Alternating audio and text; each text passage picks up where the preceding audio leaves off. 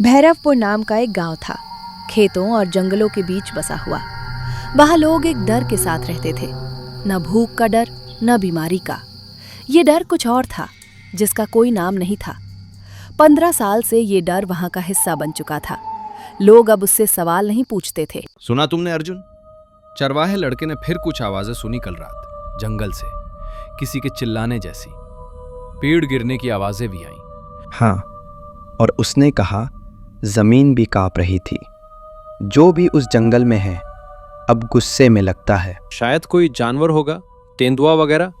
तेंदुआ ऐसी आवाजें नहीं करता, वो कुछ अलग था, जैसे कोई चीख रहा हो। कैलाश, तुम कभी खुद गए हो उस जंगल में? देखा क्या वहां है? मुझे वहां जाने की जरूरत नहीं, सब जानते हैं क्या है वहां। मेरे पिता उस जंगल में शिकार किया करते थे बहुत साल पहले।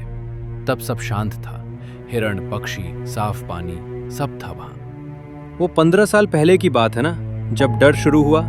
हाँ, एक दिन सब बदल गया। एक लकड़हारा गया था वहां, लौटा तो डर से कांप रहा था।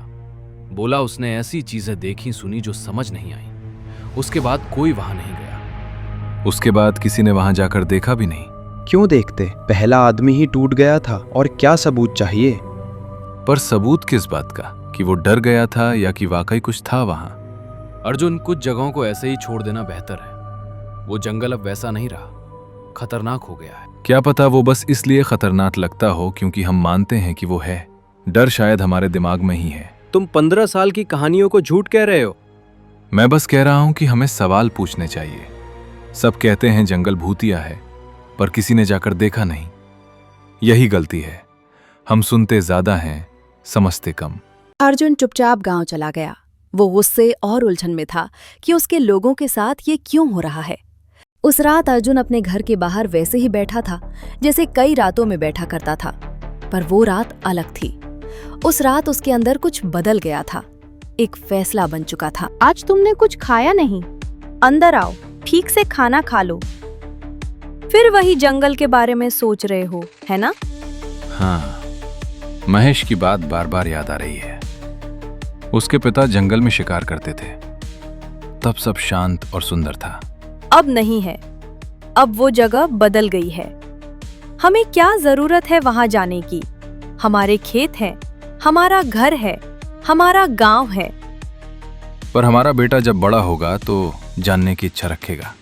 हम क्या कहेंगे उसे कि आधी दुनिया मन की डर की वजह से मना है? तुम वहां जाने का सोच चुके हो। हाँ अर्जुन, कैलाश कुछ बातों में सही है। उस जंगल ने कई लोगों को बदल दिया है। विक्रम को याद है, व्यापारी वाला? वो भी अब पहले जैसा नहीं रहा। विक्रम अब शहर में है। किसी को पता नहीं उसके साथ असल में क्या हुआ। लोग बस ये जानते हैं कि वो डर गया था। पर किससे? बस यही जानना है मुझे। अगर सच में वहां कुछ है, कुछ खतरनाक, तो मुझे पता चल जाएगा, और फिर हम तय करेंगे क्या करना है। कम से कम हमें सच्चाई तो पता होगी, किसी कहानी की जगह।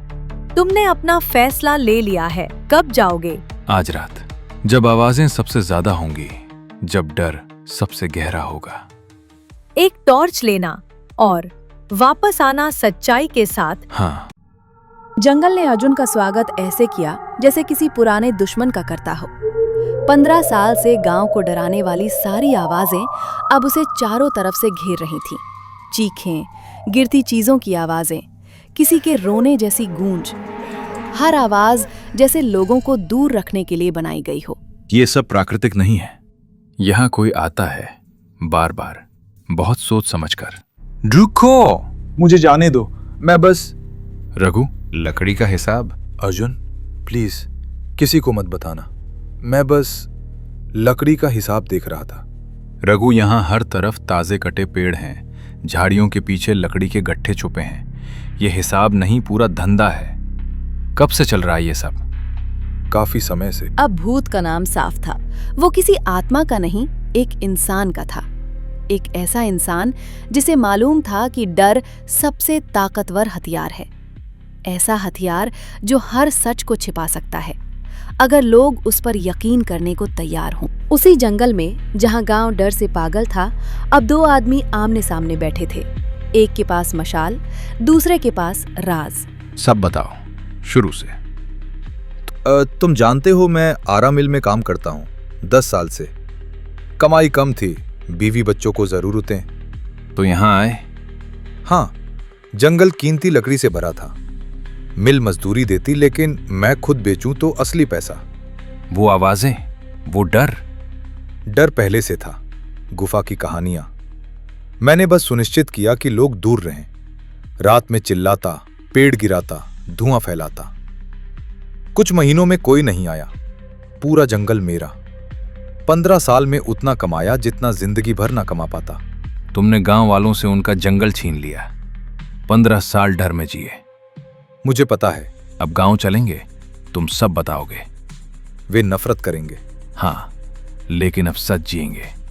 तुम्हें अपने कर्मों का सामना करना होगा। अर्जुन ने रघु को गांव ले जाकर सबके सामने अपना गुनाह कबूल करवाया। गांव वालों ने 15 साल के झूठे डर के लिए रघु को गुस्से से डांटा। बुजुर्गों ने भारी जुर्माना लगाया और कटे पेड़ दोबारा लगाने का आदेश दिया। गांव वालों को उनका जंगल वापस मिल गया।